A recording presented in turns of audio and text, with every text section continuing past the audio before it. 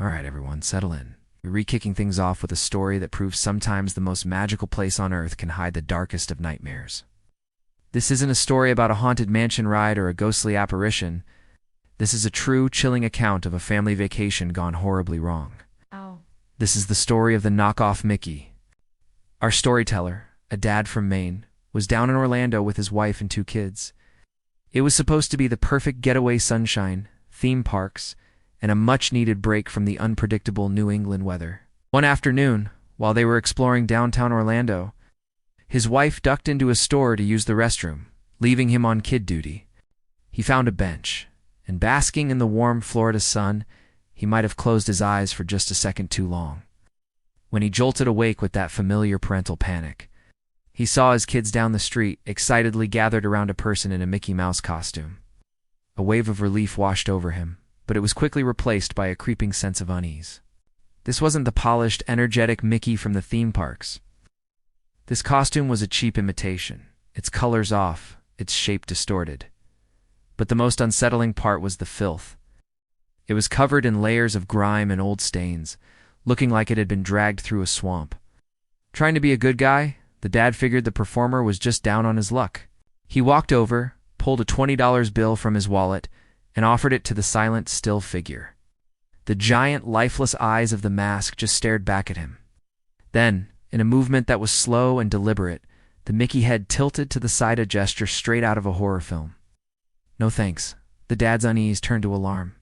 He called his kids over, but as they started to leave, the costumed figure reached out a dirty, oversized glove and tried to grab his 7-year-old son. That was it. Snatched his kid's hands, gave the silent performer a piece of his mind, quickly walked away, trying to shake the creepy encounter. He risked one last glance over his shoulder. The filthy Mickey hadn't moved an inch, just standing there watching them go. Later that night, the family was back in their motel bungalow. The dad couldn't sleep. The room was hot, and the memory of the strange encounter was still crawling under his skin. He found himself staring out the window, looking at the distant glow of the highway lights, and that's when he saw it. Silhouette, standing perfectly still by the side of the road. Silhouette with 2 large, perfectly circular ears. It was him. The knockoff Mickey had followed them. A cold dread seized him. How was this possible? Before he could even process it, he looked again, and the silhouette was gone. He scanned the area, his heart pounding, and then he saw the costume. It was lying in a heap on the dark asphalt of the parking lot, much closer to their room. The man had shed his skin. He was out there somewhere in the dark, and now he was naked. As the father stood frozen, staring at the discarded suit, his mind reeling, a shape slammed against the window right in front of him with a sickening boom. It was the man. He was completely naked, his face pressed against the glass, eyes wide with a terrifying madness. He began banging his head against the window, again and again, the entire frame shaking with the force of the blows. The dad's scream woke his wife, and he frantically told her to get into the kids' room, lock the door, and call the police. The naked man, seeing he couldn't break the window, moved to the door and started trying to bash it in. The whole time the father stood there, clutching a steak knife from the kitchenette, shouting that the police were on their way. Then, as suddenly as it began, the banging stopped. The night went silent. Peering back through the blinds, the dad saw that the man was gone, and even more bizarrely, the filthy Mickey Mouse costume that had been lying in the parking lot had also vanished. The police arrived, took their statements, and searched the area, but they found nothing. There was no trace of the man or the suit. The family, traumatized and terrified, packed their bags and flew back to Maine the very next day. They followed up, but no arrests were ever made. The man was never found. He was just a ghost in a mouse suit, a real-life monster who found them, terrorized them, and disappeared back into the night, leaving them with nothing but a horrifying story and the unanswered question: who was he, and what would have happened if he had managed to get inside? All right, for our second story, we're staying in the Sunshine State. We'll be moving from a chance encounter with a character to a place that was designed to be a real-life fairy tale. Ow. But as you're about to hear, even the most perfect-looking places can have some incredibly dark secrets lurking just beneath the surface. This is the story of Celebration, Florida. In the 1990s, The Disney Development Company embarked on an ambitious project to build a real town, a master-planned community on the outskirts of Disney World. They called it Celebration, and it was marketed as the ultimate dream destination. Picture it. Quaint, picturesque homes, painted in soft pastel colors, all with white picket fences and lush manicured gardens. It was a place where, during the fall, they would literally ship in containers of brown fallen leaves from northern states to waft through the streets, and in the winter, fake snow would be poured over rooftops to create a Christmas wonderland despite the balmy Florida temperatures. The demand to live in this fairy tale town was so immense that Disney had to hold a lottery for the first 500 homes. Thousands of families vied for a chance to live in what was billed as the happiest place on earth.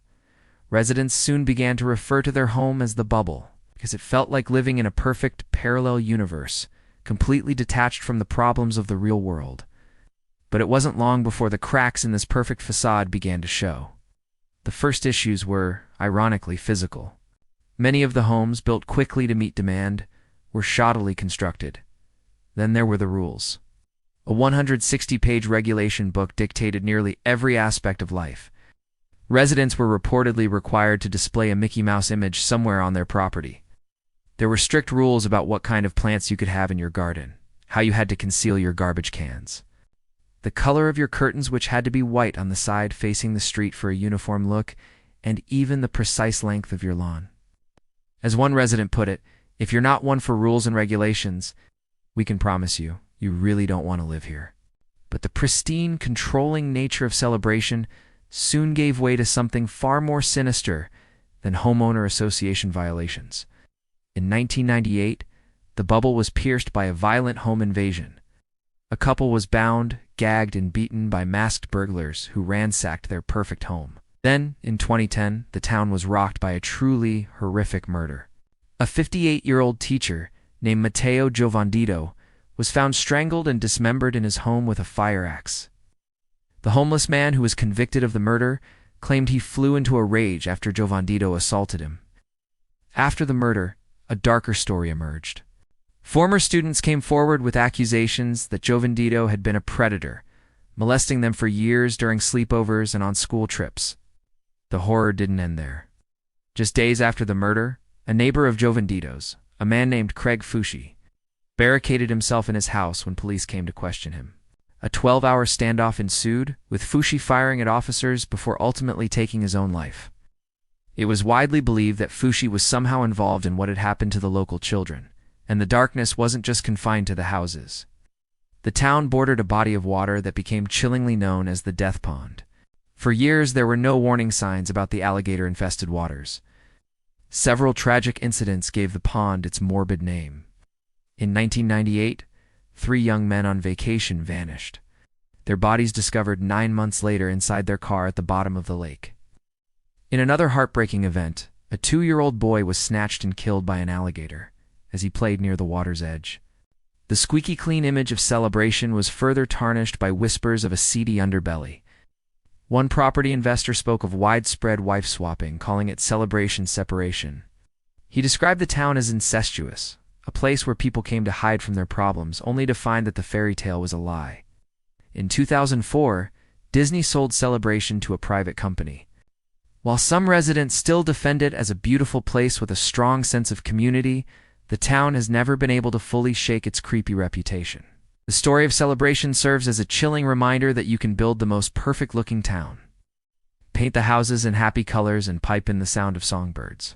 But you can't build a barrier against the darkness of human nature. Behind the facade of perfection, Celebration held secrets of abuse, violence, and death, proving that sometimes the most sinister events lurk behind the most welcoming of doors. All right, let's head back to the theme park for our third story. You know, Disney World is supposed to be this place of pure, unadulterated joy, especially for kids.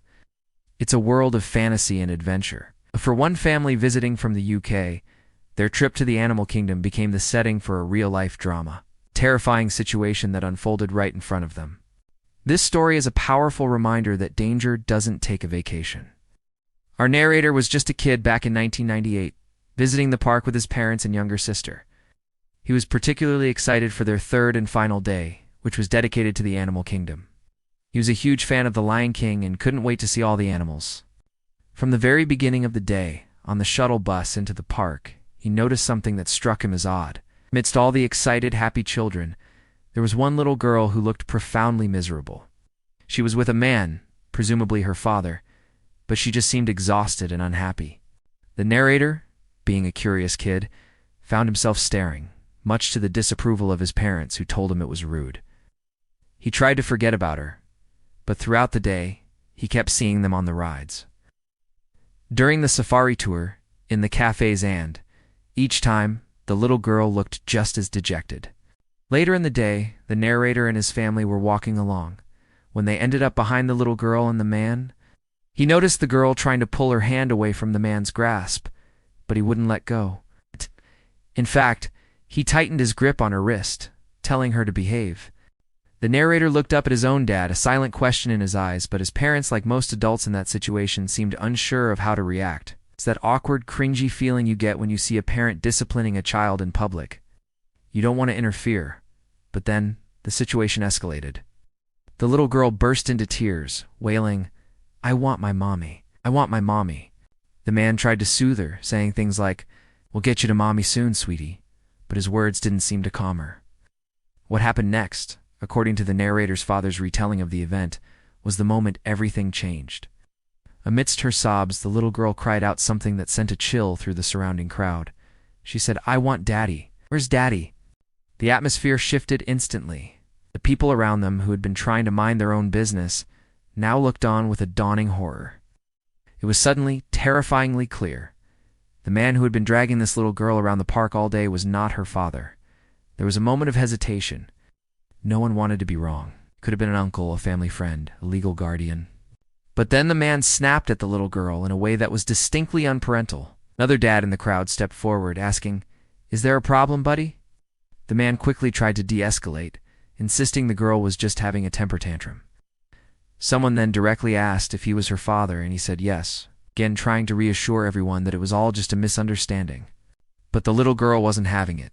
She screamed something else, and this time, the man clamped his hand over her mouth so hard it made a slapping sound. The narrator's mom started pulling him and his sister away as the scene turned ugly. According to his dad, what the little girl had screamed, right before the man tried to silence her, was not only that he wasn't her dad, but that he took me. That was the breaking point.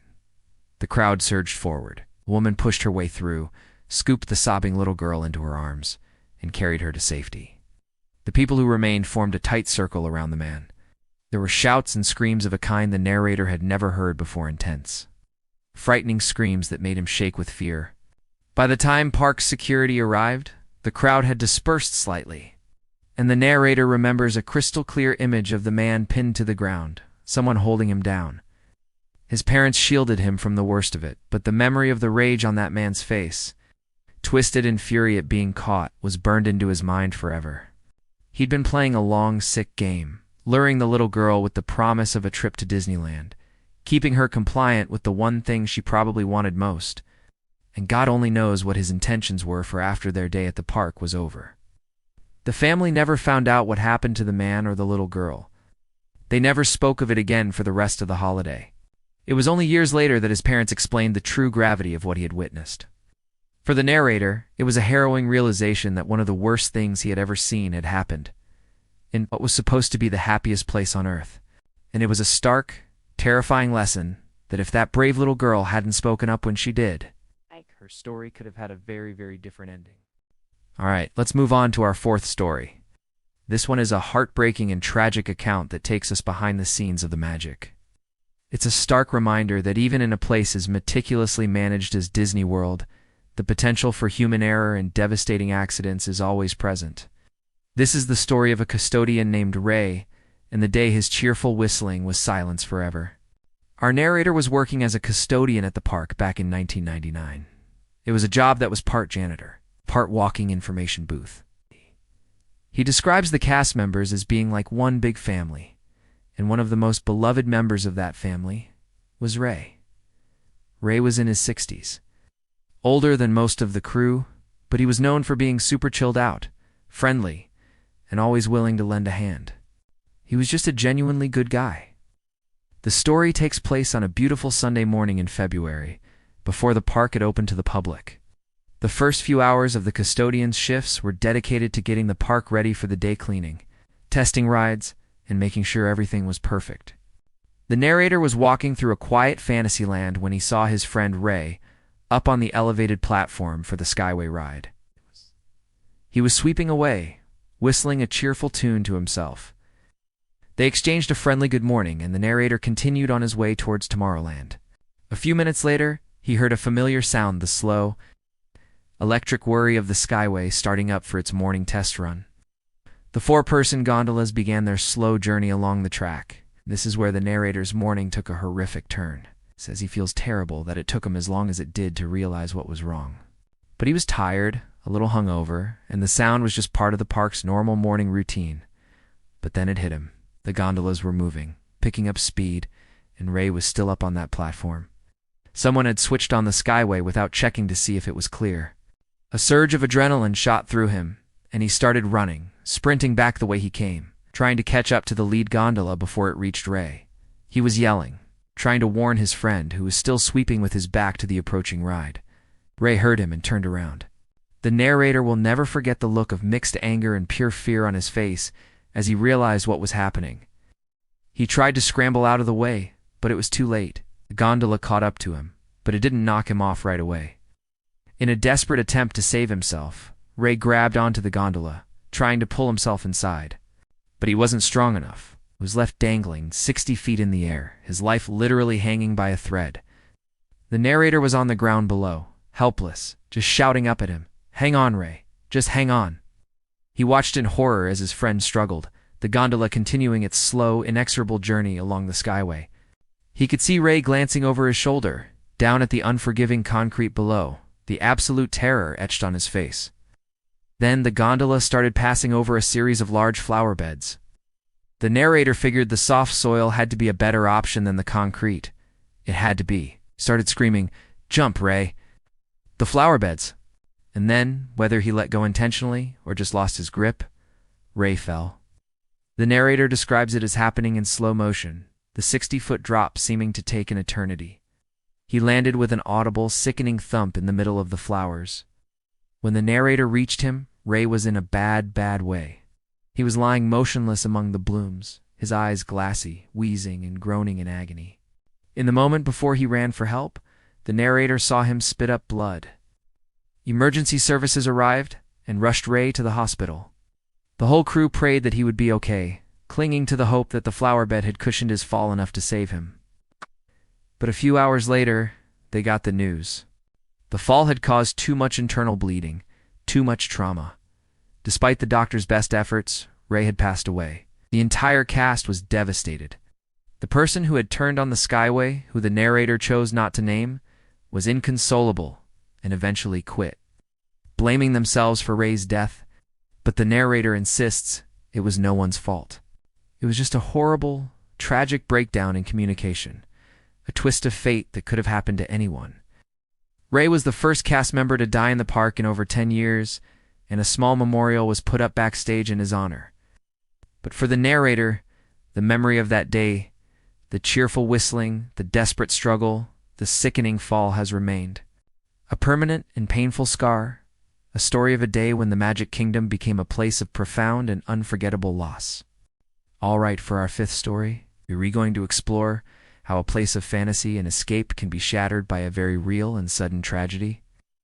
This isn't about a ghost or a stalker, but about the terrifying, mechanical failure of a beloved ride and the devastating consequences it had for one family.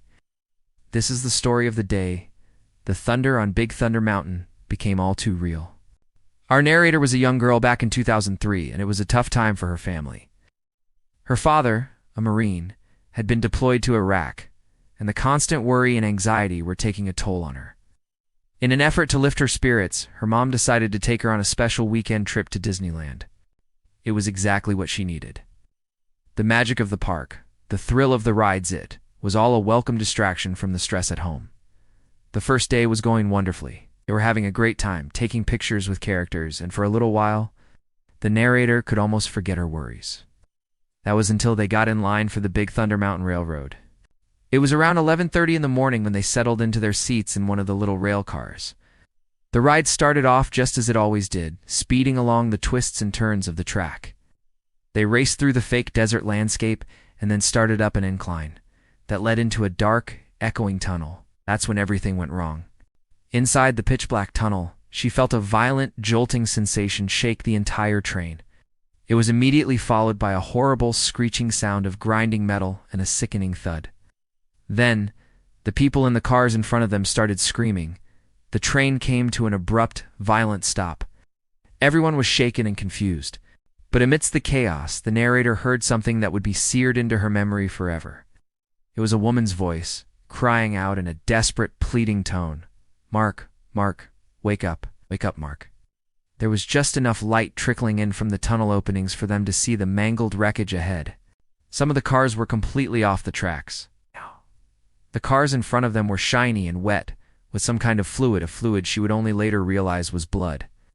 In the moments after the crash, people who could started clambering out of their cars, making their way as quickly as they could down the dark tunnel, calling out that someone was hurt really bad. As the narrator and her mom got out, she could see the full extent of the disaster. The locomotive at the very front of the coaster had derailed, and its rear end had been forced upwards, completely mounting the car directly behind it. It was a horrifying image. It was immediately clear that whoever had been in that first passenger car would have taken the full, brutal force of the impact. Other passengers were trapped, pinned in their seats by the twisted metal, unable to get out. Thankfully, the narrator and her mom were able to escape. They were herded by park staff to a medical treatment area that had been quickly set up nearby. They were mostly just shaken up, but others weren't so lucky. They saw people with serious, gruesome injuries being treated by paramedics. It was only later that they found out the full, tragic truth. The man who had been in that first crushed car, the man whose name the woman had been screaming in the dark tunnel, had died from his injuries. It's a horrendously tragic thing to think about, that someone could go to Disneyland for a day of fun and lose their life on a roller coaster.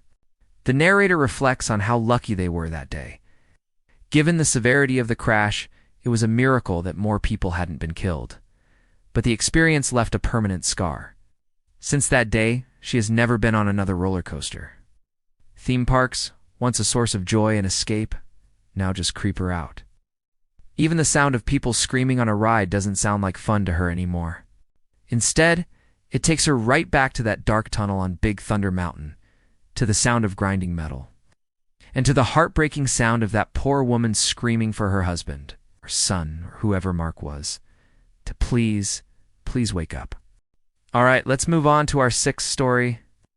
This one taps into a fear that I think a lot of people have, especially if you've ever lived alone in a ground floor apartment.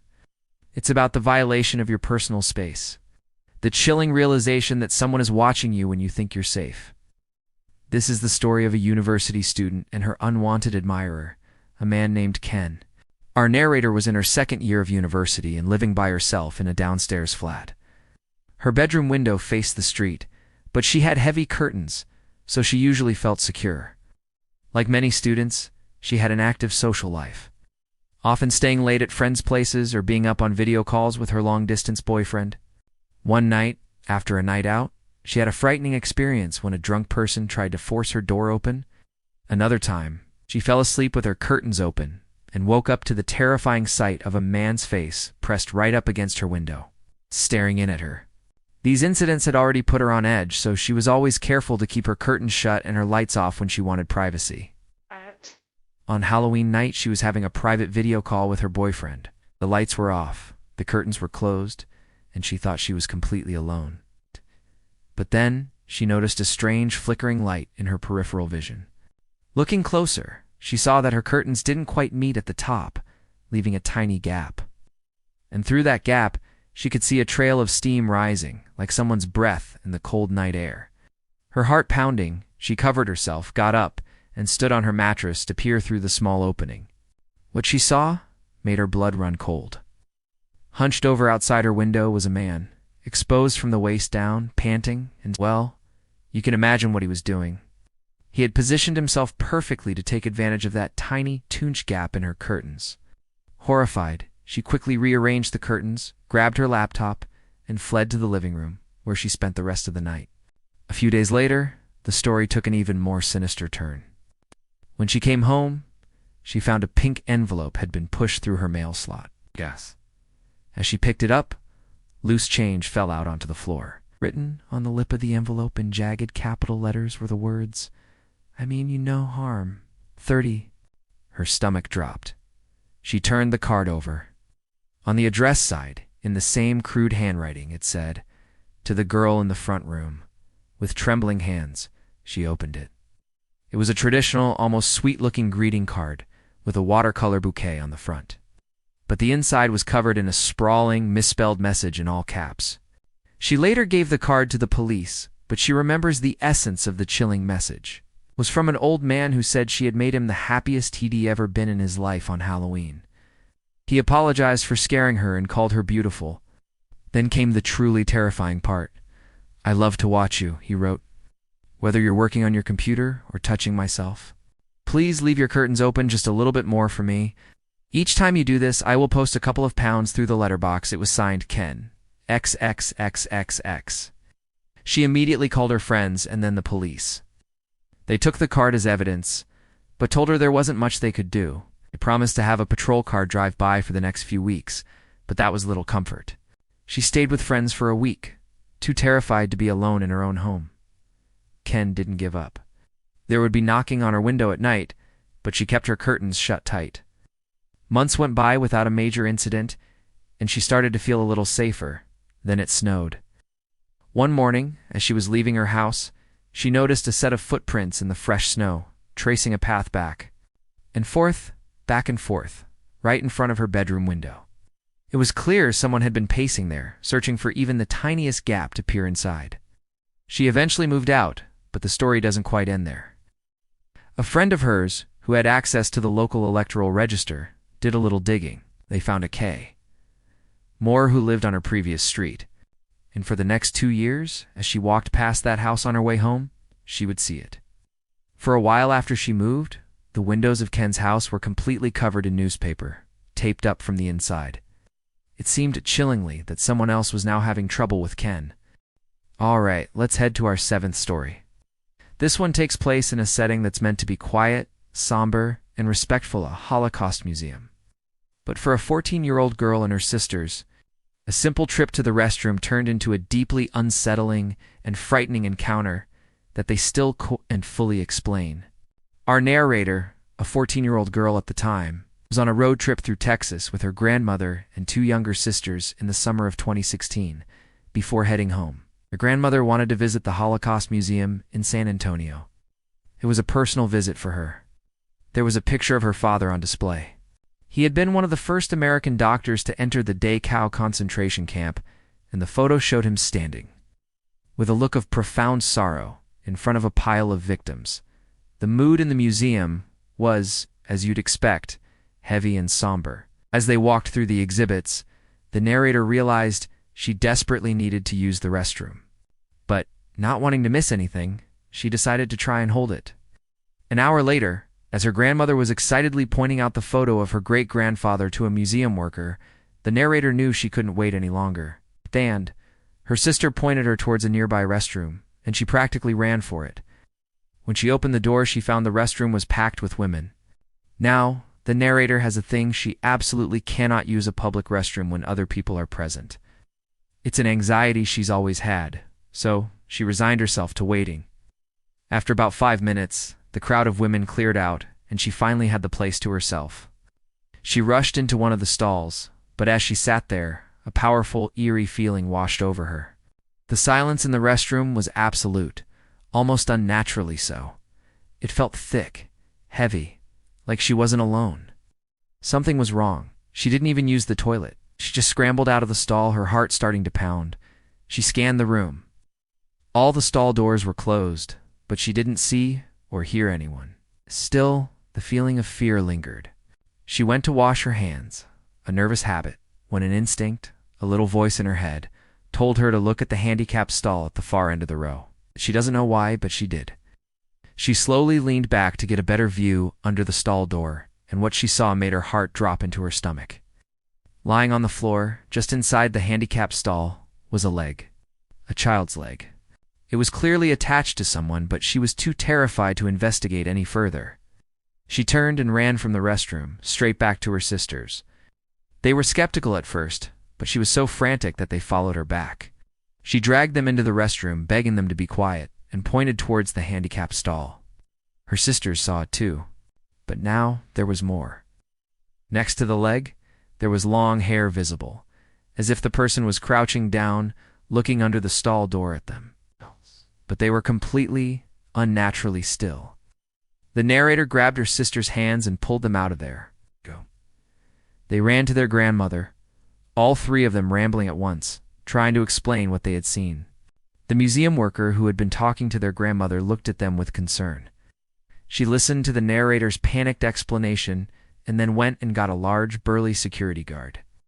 He listened to their story and said he would go take a look.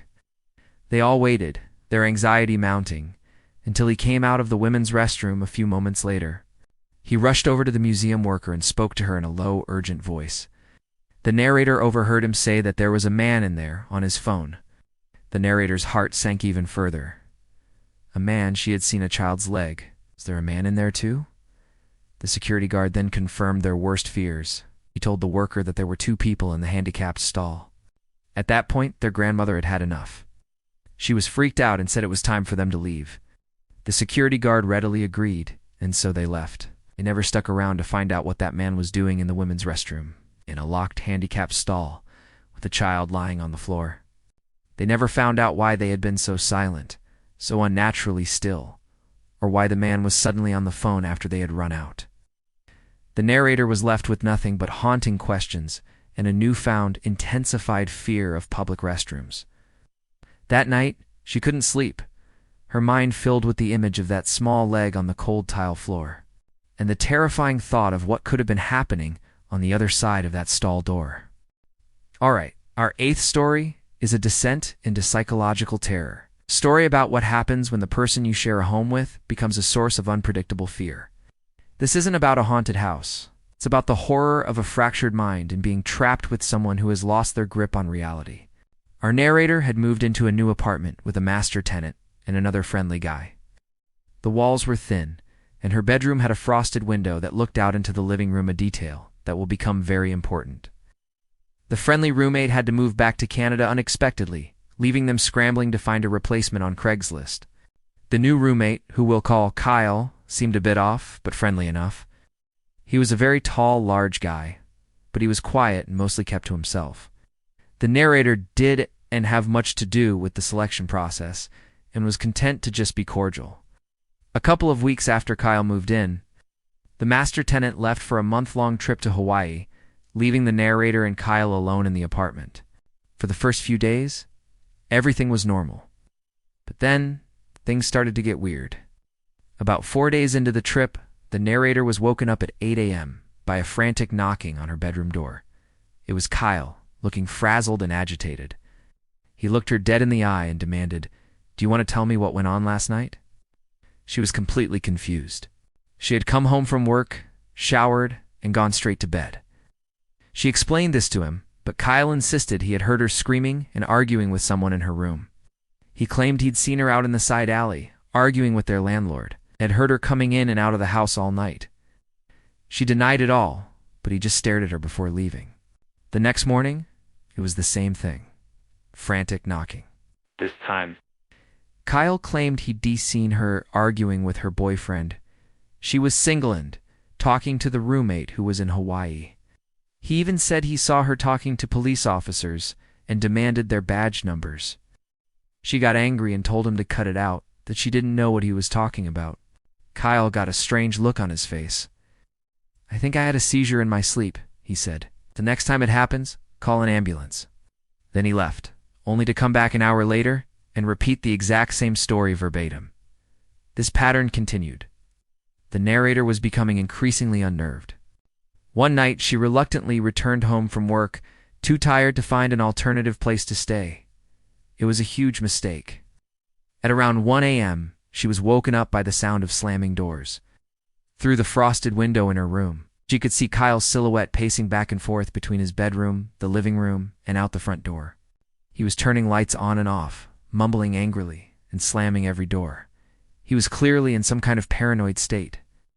Suddenly he screamed, "I can't live like this. Why are you doing this to me?" At first she thought he was on the phone, but then he screamed her name over and over, and she realized his rage was directed at her. She knew she had to get out. Quietly, she crept out of bed and started packing a bag. She was almost done when he screamed, "I hear you," and charged towards her room, slapping the wall right next to her door. She looked at her window and saw his shadow lean forward, pressing his ear against the glass, trying to listen. She sat completely still, terrified. He eventually moved away and resumed his frantic pacing. Her shoes were on a rack outside her door, and she knew she'd need a moment to put them on to escape. Her plan was to wait until his pacing took him out the front door again, then make a run for it, but then the pacing stopped. He screamed, "Do you want to fight about this? Come out right now and we'll fight, I swear to God." She was a very small woman, who was easily 3 times her size. Fighting was not an option. After a few tense minutes, the lights went off, and she heard his bedroom door close. Silence. She waited, listening for any movement, and then decided to take her chance. She pulled her door open, stepped out, and grabbed her shoes. And there he was, standing in the dark hallway, shirtless, wearing only a pair of boxers and socks. His arms were hanging awkwardly at his sides. In a low, chillingly calm voice, he said, "Ma'am, we need to talk." That was her cue. She didn't bother putting on her shoes. She just grabbed them and ran, sprinting barefoot out the front door and down the block. When she risked a look back, he was standing in the porch light, watching her run but not moving. She made it to a friend's place nearby and stayed there for the next week, while the master tenant arranged for Kyle to move out. Kyle claimed he didn't remember anything that happened, but agreed to leave. The day he left, he sent her a photo of the house keys on the table with the simple text, "I'm out." When she and a friend went to check the apartment, they made a disturbing discovery. Not only had Kyle left a ton of his stuff behind, but he had ripped all of the fire alarms out of the ceilings. And even more chillingly, he had completely unscrewed and removed the deadbolt from the front door, leaving them lined up neatly on the table. The door had been locked from the outside when they arrived, meaning Kyle still had a key. She had the locks changed immediately, but the fear lingered. For the rest of the time she lived there, she barricaded her doors at night. She still worries about what happened to Kyle, a man clearly in the grips of a severe psychological breakdown. But she also wonders, with a shiver, what could have happened to her that night if she hadn't been lucky enough to escape. All right, for our 9th story, we're diving into a classic Halloween urban legend, one that has terrified kids and parents for generations. But what happens when that legend seems to be coming true right before your eyes? This is a story about how a spooky tale told in the dark turned into a very real and very frightening medical emergency. The year was 2007. Our narrator and his circle of friends were all around, 14 years old and massive horror fanatics. It was Halloween night, and they were fresh from a screening of the Rob Zombie Halloween remake, buzzing with spooky energy and ready to hit the streets for some serious trick-or-treating. Their neighborhood went all out for Halloween, with lavish decorations and a competitive spirit that made for a spectacular atmosphere. They were having a great time, their candy sacks getting heavier with each house they visited. They were a bunch of kids high on sugar and youthful excitement. At one point, they even successfully pranked a couple, with one friend in a werewolf mask jumping out and scaring the dad half to death, earning them all an extra handful of candy for their efforts. Later in the evening, as they were walking, the conversation turned from candy to scary stories. This wasn't your typical campfire ghost story. One of the buddies brought up the urban legend of the evil old woman who gives out poisoned candy to trick-or-treaters. And just as they were all getting a little spooked by the idea, another friend chimed in, "Nah, dude, that's a true story." He then recounted the real-life case of Ronald Clark O'Brien, a man who, back in the 70s, poisoned his own son with a cyanide-laced pixie sticks to collect on a life insurance policy. He tried to cover his tracks by giving out other poison candies to make it look like a random act. It was a sickening, terrifying story, and it cast a dark shadow over their fun. Suddenly, the candy in their bags didn't seem so innocent. They started joking, wondering if any of the people they'd visited seemed weird enough to do something like that. Someone even suggested that maybe the dad they de-scared with the werewolf mask had gotten angry and laced the extra candy he gave them with something as revenge. It was a dumb joke, but it planted a seed of unease. Not 20 minutes later, they decided to dip into their halls. As they were all chowing down on their well-earned treats, one of the friends, a boy named Tyler, started to complain that he didn't feel so good. At first, they didn't think much of it, but then he said he felt dizzy and wanted to go home. He stumbled over to the curb and collapsed onto the grass, beginning to cough violently. They started to get scared. "Come on, man, stop faking it," one of them said. But deep down, they could tell this was real. Then Tyler said the words that turned their fear into pure terror. I queued and feel my tongue. Instantly, the story of the poisoned candy flashed through the narrator's mind. "My God, dude, it's poisoned candy." He blurted out, a stupid and panicked reaction that sent everyone, especially Tyler, into a full-blown frenzy.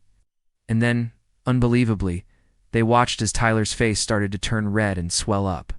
It looked like his head was inflating right in front of him.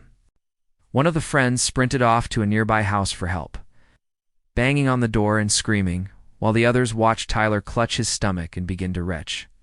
They tried to reassure him, but honestly, the narrator thought he was about to watch his best friend die, murdered by some anonymous Halloween poisoner. His mind raced with visions of a town in mourning, an FBI investigation, a story that would grip the nation. Then Tyler passed out. He was just unconscious, but to his terrified friends, he looked dead. An ambulance arrived, and the paramedics stretched Tyler into the back and sped away. The boys were left on the sidewalk, devastated and faced with the horrifying task of telling Tyler's parents that their son was dead. The rest of the night was a blur of tears and fear. The narrator finally went home and cried himself to sleep, only to be woken up a few hours later by his dad with some news. And it was good news. Tyler wasn't dead. He hadn't been poisoned. The truth was, Tyler had a severe allergy to gelatin. He knew to avoid most candies, but what he didn't know, what most people don't know, is that some cereals, including the chocolate cereal bar he had just eaten from his candy sack, contain a form of gelatin. The label used a scientific name for it: hydrolyzed animal protein, and Tyler, being a 14-year-old kid, had no idea it was the same thing. He'd had a severe allergic reaction, but thankfully, not one that was life-threatening in the way a nut allergy can be. He was taken to the hospital, given some antihistamines, and kept overnight for observation. So, in the end, everything was okay. There was no mass poisoner, no town-wide tragedy. But for the narrator and his friends, the memory of that night, the fear, the panic, the sight of their friend's face swelling up as they genuinely believed he was dying was one of the most horrible and unforgettable experiences of their lives. All right, everyone. For our final story of this set, we're going to delve into a different kind of Halloween horror. This isn't about ghosts or poison. It's about the very real and brutal world of high school bullying and how a single, thoughtless comment on Halloween morning led to a terrifying and violent confrontation later that night. Our narrator was a freshman in high school, and he was what you might call a late bloomer.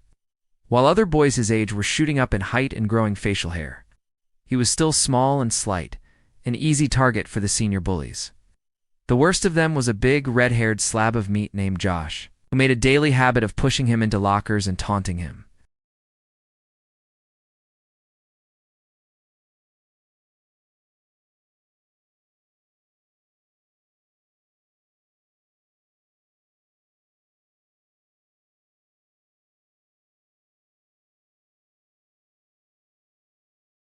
For the narrator, being shown up in front of his friends was the last straw. He clapped back with a classic, "Yeah, but your mom loves it when I dress up for her." The reaction was not what he expected. Josh just froze, a blank expression on his face. The narrator's friends were laughing, but Josh didn't move. He just stared off into the distance for a full minute before storming off without a word. But before he disappeared around a corner, he unleashed his fury on a locker, punching it so hard it left a dent and brought a teacher running out of a classroom. At first, the narrator felt a surge of pride. He'd gotten to the bully. But throughout the day, other seniors kept coming up to his lunch table, asking in a tone of disbelief, "Did you really say that to Josh about his mom?" He didn't understand why it was such a big deal. Finally, he asked one of them. The kid looked at him like he was from another planet. "Dude," he said, "Josh's mom died over summer break. Cancer." The narrator was hit with a tidal wave of conflicting emotions. He felt like a total douchebag. Bully or not, losing your mom was a horrible thing, and he had just weaponized that pain against him. He felt like an outsider, completely out of the loop. But most of all, he felt fear. The locker punch suddenly made a terrifying amount of sense. The kind of revenge Josh would want for that kind of insult would be brutal. He managed to avoid Josh for the rest of the day and bailed as soon as the final bell rang, hoping a night of trick-or-treating would take his mind off the impending doom. It was a Friday, so at least he had the weekend as a stay of execution. That night, he and his friends were out collecting candy, and for a little while, he was able to forget about Josh. That is, until they were stopped at a crosswalk. As a car pulled up and waited for them to cross, one of his friends nudged him and whispered, "Don't look, dude." Naturally, he looked. And there, in the driver's seat of the car, was Josh. They locked eyes. It took a moment for Josh to recognize him in his costume, but when he did, his face contorted with a rage that was terrifying to behold.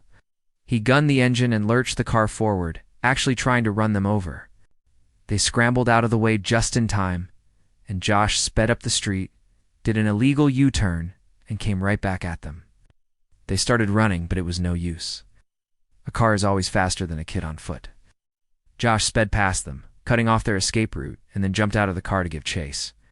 He was big, but he was also terrifyingly fast. He caught up to the narrator in seconds, tackling him down onto the sidewalk. And then, just as he had feared, Josh started to beat the pulp out of him. The narrator was screaming, I'm sorry, I didn't know." But Josh just kept raining blows down on him, kicking him as he was curled up in a ball on the ground. But amidst the grunts and curses, the narrator heard something else. He heard whimpering.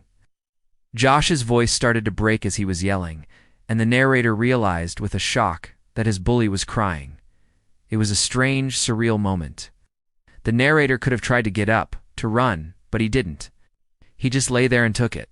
In that moment, he felt like he deserved it. He felt profoundly sorry for this kid who was taking out all his grief and pain on him. Josh only stopped when he was full and ugly crying, got back in his car and drove off into the night, leaving the narrator alone and bloodied on the sidewalk. His friends had long since run off, and he didn't blame them. He eventually managed to get to his feet, gather up some of the candy that had spilled from his bag, and limp home. He snuck in, avoided his parents, and told them the next morning that his bruises were just from play fighting. He was too ashamed to tell them the truth, to admit that he had said something so cruel that it had provoked such a violent response. It was without a doubt the scariest thing that ever happened to him on Halloween.